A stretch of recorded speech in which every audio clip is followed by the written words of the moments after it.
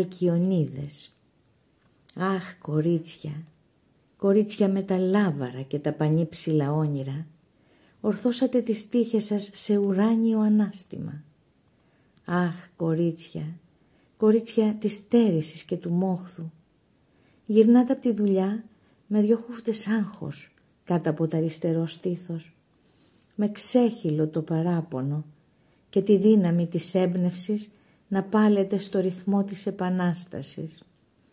Αχ, κορίτσια, με το τραγούδι στο στόμα πάτε κι έρχεστε, θερμαίνοντας την ελπίδα στη χόβολη του αγώνα σας, σαν μια φέτα ζεστό ψωμί στη θράκα. Αχ, κορίτσια, με τα κόκκινα μάγουλα της εμνότητας, το καθάριο βλέμμα της ειλικρίνειας, τα παλό ερωτικό σας χάδι. Ντυθήκατε την ομορφιά, ντύσατε και τον κόσμο με γλυκιά θαλπορή.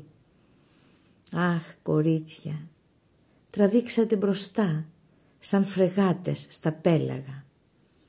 Καταλαγιάζουν κάποτε οι φουρτούνες, κορίτσια, και οι καταιγίδες στραγγίζουν στο ποτήρι της θερινής γαλήνης.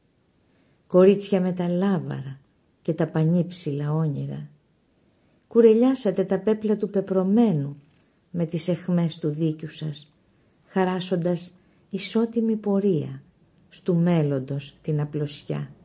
Σωστές αλκιονίδες, κορίτσια.